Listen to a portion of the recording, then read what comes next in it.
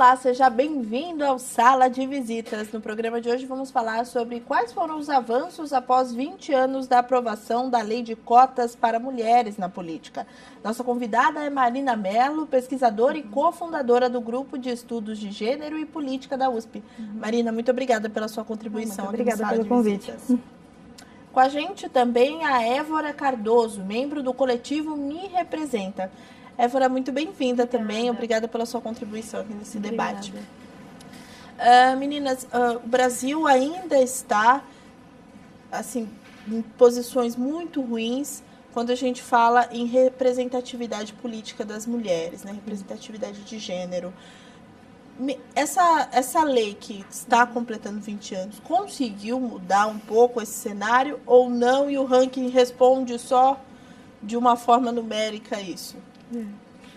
Sim, o que tem alguns problemas é que a gente vê que apesar da cota estar de alguma maneira sendo formalmente cumprida, efetivamente ela não tem fomentado mais mulheres a se candidatarem de verdade. Então tem o fenômeno que a gente conhece das candidaturas laranjas. Então o jeito que a lei está hoje, ela acaba incentivando que os partidos lancem candidaturas falsas só para cumprir realmente com o requisito formal da lei. Então, apesar desses 20 anos, a gente vê como o Brasil, na verdade, está estagnado na representação de mulheres ali em torno de 10%. Quando a gente vê um aumento é em torno de 1%, que não dá para falar que realmente é um efeito da lei de cotas, né? Sim. Teve uma decisão, na verdade, o que fez com que os partidos finalmente começassem a cumprir essa lei de cotas à risca, assim, bem no limite, nas últimas eleições, foi uma decisão do Tribunal Superior Eleitoral, que considerou que os partidos poderiam receber, sim, sanções se eles não cumprissem a lei. Então, só depois dessa interpretação, dessa decisão judicial, é que os partidos seguiram à risca nas últimas eleições. Mas, de fato, é como a Marina falou, os partidos têm se valido das candidaturas fantasmas ou candidaturas de laranjas, né?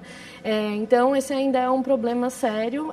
Tem propostas que nenhuma delas foi aprovada agora nessa reforma política, mas tem propostas, por exemplo, de reserva de cotas, né, das vagas mesmo, das cadeiras a serem ocupadas no Poder Legislativo, ou também caiu, né, na reforma política, mas tinha uma outra proposta que era para candidaturas do majoritário, né, ou seja, para cargos de executivo, né, do Poder Executivo, que tivessem chapas igualitárias, né? Então, um candidato a vice de um gênero, outro de outro. Então, mas nenhuma dessas iniciativas de conseguir uma maior representatividade, um avanço em relação a essa legislação progrediram, né? Um avanço que teve foi em 2011, que teve uma pequena mudança na redação da lei, porque antes falava de reservar as vagas. Então, o que os partidos, as coligações falavam? Eu reservei, ninguém apareceu. E aí, em 2011, eles mudaram para preencher. Então, só a partir de 2012, né? Então, valendo nas eleições de 2012, a gente vê que bateu os 30% de candidaturas registradas, como determina a lei. Mas, ainda assim, o número de eleitas continua exatamente o mesmo.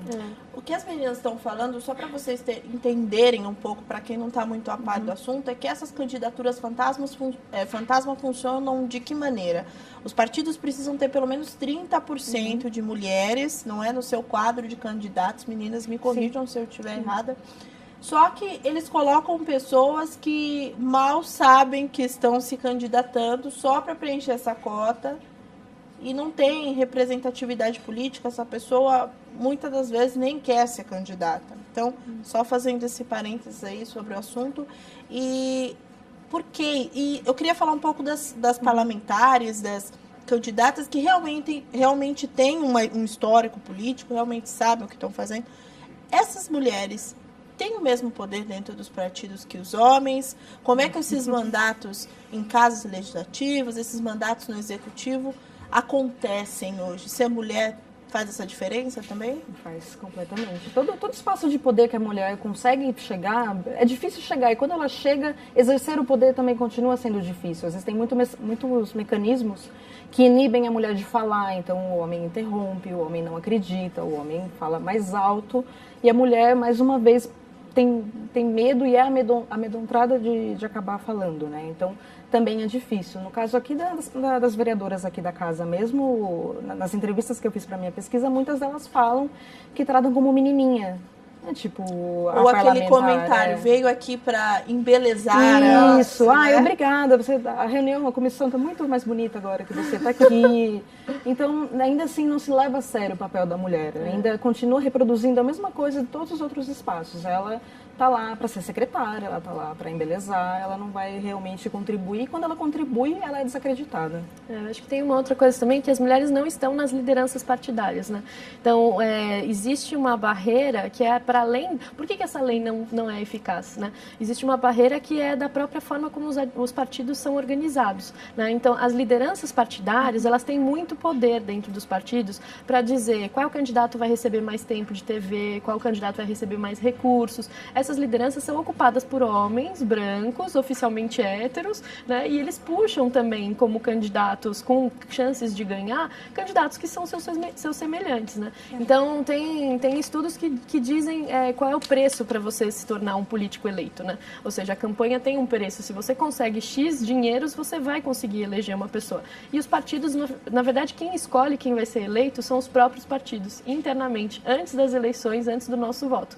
Então, as mulheres, elas encontram uma grande barreira, não só mulheres, mas pessoas negras, LGBTs, encontram grandes barreiras de ascensão dentro dos partidos. Então, mesmo que elas se candidatem, ainda que todas essas candidaturas fossem reais, eles não fizessem uso de candidaturas fantasma ou laranja, ainda assim essas pessoas não teriam condições de serem eleitas. Porque essas condições são dadas principalmente pelo contato na rede de apoio político que acontece, né? Então, por mais que a mulher consiga chegar num partido, conseguir ter uma legenda para disputar, ela não vai ter dinheiro, e mais do que dinheiro, ela não vai ter apoio, né? Então, o que acontece? Tem um palanque que o candidato a prefeito está fazendo campanha, ele cita o nome de alguém. Aí do deputado tal, o deputado estadual fala do federal, que são as dobradinhas, né? Então essas dobradinhas são todos assentos de lideranças políticas. Sim. E as mulheres nunca são inseridas, e se são, elas são parentes desses políticos. É verdade. Então você tem uma reprodução de uma mesma elite política que, na verdade, você não vê mulheres de fora disso acontecendo. Então, mesmo as mulheres que chegam no poder, a maioria delas já é desse meio. Ela está lá já representando a família dela. Então, por exemplo, o pai saiu para disputar para deputado federal, ficou deputado estadual vago. Coloca a filha, coloca a esposa. Então, o que vocês falaram também da colocação, da organização partidária, é uma coisa curiosa. Nas últimas eleições, muitos falou dessas 11 cadeiras conquistadas aqui na casa, desse aumento de mais de 100%. Só que nós nunca tivemos aqui no Legislativo paulistano uma presidente mulher da casa, nem de comissões importantes como a CCJ. Isso mais ou menos reflete aí o que a gente está falando sobre. Elege-se sim, e aí coloca a mulher naquele papel de ela é uma boa vereadora, uma vereadora que trata das coisas das mulheres, não é? E a representatividade política mesmo fica um pouco de lado. Sim, né? Não, por exemplo, aqui só em 1961 a mulher ocupou pela primeira vez a mesa diretora e como terceira secretária. Ou seja, a mulher poderia eleger e ser eleita desde 1932 e só em 1961, aqui em São Paulo, que você fala, poxa, a metrópole do Brasil, onde você pensaria que não teria, por exemplo, machismos e preconceitos que existem em cidade pequena, né, que é muito mais forte, ainda assim aqui. Então, imagina no resto do Brasil como que é mesmo. Agora, dá para jogar a culpa só na política, no sistema político de partidos, etc. Ou a gente também está falando de alguns eleitores que ainda têm algumas ressalvas em votar em mulheres? Vocês acreditam nisso ou não? O próprio sistema político já se encarrega de fazer, de repente, essa segregação? Eu faço parte de um outro coletivo também que se chama Vote LGBT, que é um dos coletivos que integra o Me Representa. Não foi uma pergunta especificamente com relação à representatividade da mulher, mas só para fazer um paralelo, né? A gente entrevistou pessoas que estavam participando da parada do Orgulho LGBT daqui de São Paulo e também da caminhada das lésbicas e bissexuais. E algumas das perguntas era para entender quem que as pessoas consideram como representantes possíveis na política, né? Quando elas imaginam um político, quem que elas imaginam? E aí, curiosamente, das perguntas que a gente fez nesse sentido mais profundo, assim, do imaginário, as pessoas não veem pessoas LGBTs como sendo... As próprias pessoas LGBTs não veem pessoas LGBTs como sendo pessoas a ocuparem esses cargos de poder. Então, acho que dá tranquilamente para fazer um paralelismo, ainda que não tenha dados de pesquisa para mostrar como nesse caso, com a questão das mulheres ou das pessoas negras, ou seja, grupos que são grupos marginalizados socialmente, grupos minorizados, né, que não são minoria, né, mas são grupos minorizados socialmente, as pessoas constroem uma imagem de liderança política, do que seria um bom político, em torno das pessoas que já ocupam esses espaços de poder, né? Então, mesmo de forma inconsciente, a gente tem um inconsciente coletivo que é de reforçar esse espaço de poder para homens brancos, né? Então, acho que... E héteros, oficialmente héteros. Então, acho que tem ainda um trabalho grande, que aí eu acho que isso se dá tanto nos movimentos, na esfera pública, na mídia, que é como a gente faz para que as pessoas valorizem a questão da representatividade, né? Que elas olhem para quem eu sou e como eu gostaria de ter pessoas como eu na política e ver isso como um fator positivo, né? Como um valor, como algo que vai agregar a política. Mas isso é muito do que se fala, né, Marina? Mas é preciso lembrar que esse representar precisa ser aproximado, né? Porque a palavra ainda política parece que é o sinônimo de distância, né? As pessoas ou querem se distanciar ou acham que a política é muito distante da realidade delas, né? Como é que pode ser feito esse trabalho de aproximação, de mostrar que o público negro, que os negros, as mulheres precisam de representantes que realmente precisam refletir os seus valores? Como é que faz isso? Como fazer esse trabalho? Acho que passa muito por reoxigenar os partidos políticos e reaproximá-los das ânsias realmente, ânsias populares. Então, seja dos movimentos, seja do cidadão esse que está afastado da política, que não se vê na política, mostrar para ele que o que se debate dentro do partido político, na política, também é dele. Também é para ele, também é para ela, também é dela, né? Então, eu acho que hoje o que a gente vê, essa crise de representação, eu vejo que é uma crise muito de descrença pelos partidos políticos, talvez por isso de ver que é um jogo de cartas marcadas, das lideranças políticas, não tem transparência partidária no que acontece, então você não sabe como são escolhidas as lideranças, como são escolhidos os candidatos, cada partido faz de um jeito, e tudo isso afasta cada vez mais as pessoas, né? E é curioso porque eles são quem tem poder de fazer alguém virar candidato. Tem 2 estudos da ciência política que mostram quando um eleitor vê um candidato da mesma maneira, seja ele negro, negra ou mulher, ele vota. Se ele tem a mesma quantidade de informações, ele acredita também nessa pessoa. Só que quem controla essas informações é o partido. Exatamente. Tem uma iniciativa que a gente fez, que é do coletivo Me Representa. A gente montou, vários coletivos se juntaram para montar o Me Representa nas eleições do ano passado. E a gente convidou todos os 470 mil vereadores, né, candidatos a vereador do Brasil, a responderem 14 perguntas de direitos humanos. E os candidatos, foram 1.000 candidatos que responderam, participaram da plataforma. E aí a plataforma do Me Representa, ela permitia o quê? Que você, eleitor, entrasse lá na sua cidade, dissesse quais eram as pautas importantes para você, representativas para você, e encontrasse os candidatos, né? A experiência que a gente teve com relação aos usuários dessa plataforma, a maioria desses usuários eram mulheres. Entre os 10 candidatos mais procurados, 9 eram mulheres, 3 eram mulheres negras, e um era candidato, sendo que uma dessas mulheres era trans, e um dos candidatos, o único homem dessa lista dos 10 mais procurados, era um candidato gay. Então, isso mostra que as pessoas, elas demandam maior informação para que elas possam também, informação qualificada, para que elas possam votar em pessoas que com as quais elas se identificam. Ou seja, eu acho que existe sim uma demanda por transformação política, mas a gente precisa também construir a ferramental para que as pessoas encontrem esses candidatos. Porque se depender só da forma como a política já é feita, de distribuição de espaço, de recursos, elas não vão encontrar. Bom, com essa reflexão a gente vai para o intervalo rápido, mas fica por aí que o Sala de Visitas volta já já.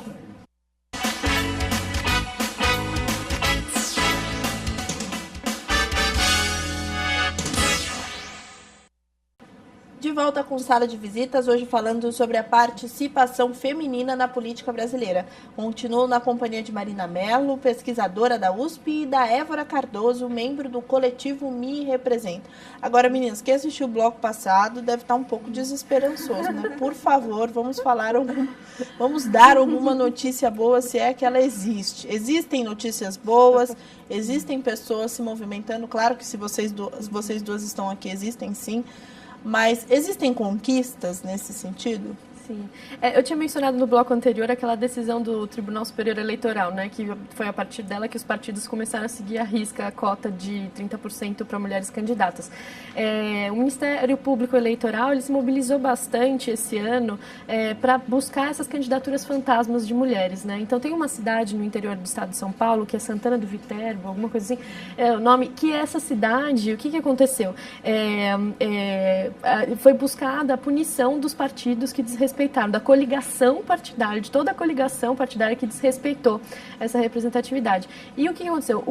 O juiz lá da cidade determinou que fossem cassados os mandatos eleitos daquela coligação. Isso é um precedente judicial super importante, que pode inclusive ter reflexo aqui na cidade de São Paulo, com relação aos candidatos, aos vereadores eleitos aqui da cidade de São Paulo, porque existe uma ação super semelhante que está tramitando aqui, que tramita em segredo de justiça. A gente não sabe quais são os partidos que podem ser impactados, mas é um precedente importante que foi confirmado pelo Tribunal Regional Eleitoral do Estado de São Paulo e da região aqui que engloba o Estado de São Paulo. Então, isso é um exemplo de uma medida de buscar dar maior efetividade à legislação que já existe, né? Fora isso, existem inúmeras iniciativas sociais. Essa mudança na legislação foi uma ministra do TSE que possibilitou essa reinterpretação, porque o que acontecia era os partidos davam uma lista para registro e aí depois eles falavam as mulheres renunciaram, elas não estão mais concorrendo. E aí a lei falava que o TSE não podia pedir, os tribunais eleitorais não poderiam mais pedir a verificação disso para ver se realmente essas candidaturas existiam. E com essa reinterpretação, num acórdão do TSE, dessa ministra que falou, não, agora vai poder ver, isso possibilitou que todos os TREs conseguissem, então até mesmo da promotora eleitoral, a doutora Vera Lúcia, que tem feito esse trabalho aqui em São Paulo. Então ela chegou a entrevistar, por exemplo, mulheres que entraram para pedir água no partido e saíram de lá candidatas. Nossa! Agora, a gente sabendo um pouco do histórico do Brasil, do jeitinho ali que o pessoal gosta de dar em alguns aspectos, né? A lei tem 20 anos. Reforçar essa fiscalização na eleição passada, existe um retardo aí de fiscalização mesmo, né? Quando a lei foi criada, já devia ter se criado também ações para que isso fosse observado, porque talvez, se isso fosse feito, a gente tivesse uma evolução mais efetiva, né, nessas 2 décadas. Sim, isso vem muito, eu acho que dessa decisão dessa ministra, né, que foi quando realmente deu poder para os tribunais conseguirem fiscalizar de fato, que eu acho que não tinha nem determinado exatamente que punição seria e nem como seria averiguado exatamente que a lei não foi cumprida. Então, eles conseguiam se safar da punição meio por isso. Mas ela renunciou. E fica por isso. E hoje não. Hoje você acompanha até o dia da eleição, o partido tem que manter 30% de candidaturas ativas. Então, talvez falte justamente mulheres não só eleitas, mas também nos outros poderes, no judiciário e no executivo, que façam essas mudanças. Então, apesar de elas não serem diretamente eleitos, a gente também precisa cobrar que mulheres e minorias, negros, LGBT, estejam também ocupando para conseguir fazer a lei valer mais do que ela já está escrita. Às vezes ao nosso favor, mas é letra morta. Agora, Évora, você acha que podemos comemorar essa lei de cotas? Existe algum ponto positivo nela ou não? Como disse a Marina, letra morta, temos grandes dificuldades em cumpri-la. Como você avalia essa lei? Não, eu acho que ela está sendo ressuscitada agora, mas é insuficiente ainda, né? Eu acho que isso não inibe a necessidade de buscar outros mecanismos de ação afirmativa, como, por exemplo, cotas nas vagas mesmo, das cadeiras do Poder Legislativo. Eu acho que seria uma forma de garantir uma maior representatividade. Mas eu acho que tem uma outra questão também, eu acho que existe, buscando os pontos positivos, né, que eu acho que existe sim uma grande mobilização por parte da sociedade civil e também novas formas de se fazer candidatura, de se fazer campanha, e que eu acho que envolvem muito mais essa dimensão de discutir a crise de representatividade de um lado positivo das pessoas se sentirem representadas pelas pessoas nas quais elas estão votando, né? Então eu queria mencionar o exemplo da candidatura da Áurea Carolina, que é um mandato que aconteceu, na verdade era uma grande mobilização social, que era Muitos pela Cidade que Queremos, lá em Belo Horizonte, e essa mobilização social se traduziu em 12 candidaturas de pessoas que não eram ligadas a nenhum partido político, eles todos se cadastraram ali dentro do PSOL naquela cidade, mas era uma mobilização que vinha de vários movimentos, de movimento de negros, mulheres, né, rappers e tudo mais, uma grande mobilização cultural e social da cidade em torno dessas 12 candidaturas, e foi um jeito de uma candidatura totalmente diferente, porque na verdade, se você votasse em qualquer um daqueles 12 candidatos, qualquer um deles que ganhasse ia puxar os demais para participar. E tinha candidaturas de mulher negra, de travesti, de pessoas ligadas ao movimento de cultura, ou seja, é uma iniciativa muito interessante. Duas candidatas ganharam essas eleições, elas exercem um mandato coletivo, que é a gabinetona, elas quebraram a parede que separava os dois gabinetes delas, e é um mandato feito completamente em diálogo com os movimentos sociais. Então, a gente teve a oportunidade, enquanto me representa, de estar lá em Belo Horizonte, de entrevistar a Cida e a Áurea, e as duas mencionam o seguinte, que mais do que a contribuição que elas possam ter para esse momento agora da Câmara, né, porque ainda é uma Câmara muito machista, muito racista, né, muito conservadora, a grande contribuição que elas estão fazendo é fazer com que as pessoas se reapaixonem pela política e elas vejam que o espaço da Câmara pode ser sim um espaço ocupado por todos esses movimentos. Então, isso é um exemplo pontual, mas eu acho que é uma mentalidade de como fazer uma nova política que pode se espalhar. Agora eu sinto a Marina fugindo um pouco dos aspectos otimistas da participação feminina. Por quê, Marina? É que eu vejo que que é um pouco difícil mesmo, que é por isso, a gente encontra o poder de alguma forma ainda muito capturado por essa elite que está aí desde sempre os senhores cafeeiros, e continua essa mesma elite ainda no poder, entanto que a renovação eu acredito que é muito difícil. Então, quando você pensa exatamente só pela via eleitoral, eu sou um pouco descrente mesmo, mas eu acho que talvez mecanismos, por exemplo, de exigir mandatos participativos. Então, você aumentar os canais que o cidadão consegue cobrar quem foi eleito. Então, mesmo que seja essa pessoa que não diretamente representa, não diretamente está em diálogo, ela vai ter que dar alguma resposta. Você aumentar a responsividade de quem está sendo eleito. Então, isso passa pela informação ser mais fácil. O que é o trabalho legislativo? Tiririca foi eleito falando, você sabe o que um deputado faz? Nem eu. As pessoas têm que saber o que um deputado faz, o que uma deputada faz. Isso é o que aumenta as pessoas a realmente acreditarem. Então, eu acho que nesse momento de descrença e de asco que se tem da política, da classe política, acho que em vez do distanciamento, as pessoas deviam ter esse ímpeto de cobrar e ocupar, né?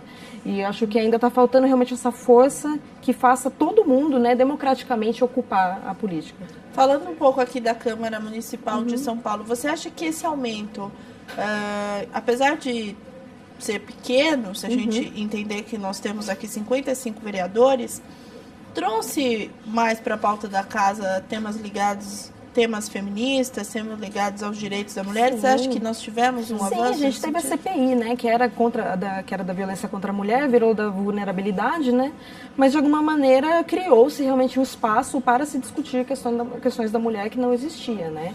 Eu sei que também estava tendo um debate para criar a Procuradoria da Mulher também aqui, como tem também na Câmara, né, que também é bastante importante, fora o peso da representação que isso tem. Então, você vê mais mulheres na Câmara. Isso, para quem é de fora, fala, olha, eu estou lá, eu consigo me ver lá. Então, mesmo sendo pouco, só de ter uma a mais, a gente já se reconhece um pouquinho mais ali naquele corpo. corpo legislativo. Recentemente foi aprovado o Dia da Visibilidade Lésbica na cidade de São Paulo, né, que foi fruto do mandato da Juliana Cardoso, né, e também acho que já está em tramitação bastante avançada, acho que, não sei se já foi aprovado, mas está em tramitação avançada uma lei para ensino da Lei Maria da Penha nas escolas aqui da cidade de São Paulo, que também é uma iniciativa da vereadora Sâmia Bonfim, né, então acho que tem isso, acho que mulheres trazem mais discussões, sim, de direitos das mulheres. E também a gente percebe uma mobilidade da bancada feminina, né? Independente de partido. Se vocês discordarem, fiquem à vontade para expor a opinião. Mas a gente percebe aqui na movimentação da casa que elas se organizam entre elas para criar CPIs, para fazer debates sobre essas temáticas, excluindo aí a questão partidária. Isso é muito bom. Né? Isso acontece, que nem ela falou, na questão da reserva de cotas, por exemplo, reserva de cadeiras, a bancada feminina do parlamento é sempre unânime, sempre que isso é colocado, elas sempre colocam na pauta e votam a favor, independente da orientação do partido. Então, de fato, ter mais mulheres possibilita que elas consigam se organizar, mas não necessariamente, porque a gente vê também mais mulheres que não necessariamente são feministas se elegendo, né? Então, acho que quando a gente fala diretamente nessa questão da representatividade, por exemplo, de mulheres e de negros, não necessariamente ela vai representar o que o movimento feminista ou o movimento negro fala, né? Com certeza. Então, tem que talvez qualificar um pouco exatamente quem são essas pessoas que estão se elegendo. Bom, a gente está ficando sem tempo. Queria agradecer muito a presença de vocês. Marina, começando por você, obrigada pela sua contribuição. Muito obrigada pelo debate. Deixa seus contatos para quem quiser bater um papo com você, por favor. Tá, pode entrar em contato pelo meu e-mail, que é marina27merlo, merlo, @gmail.com.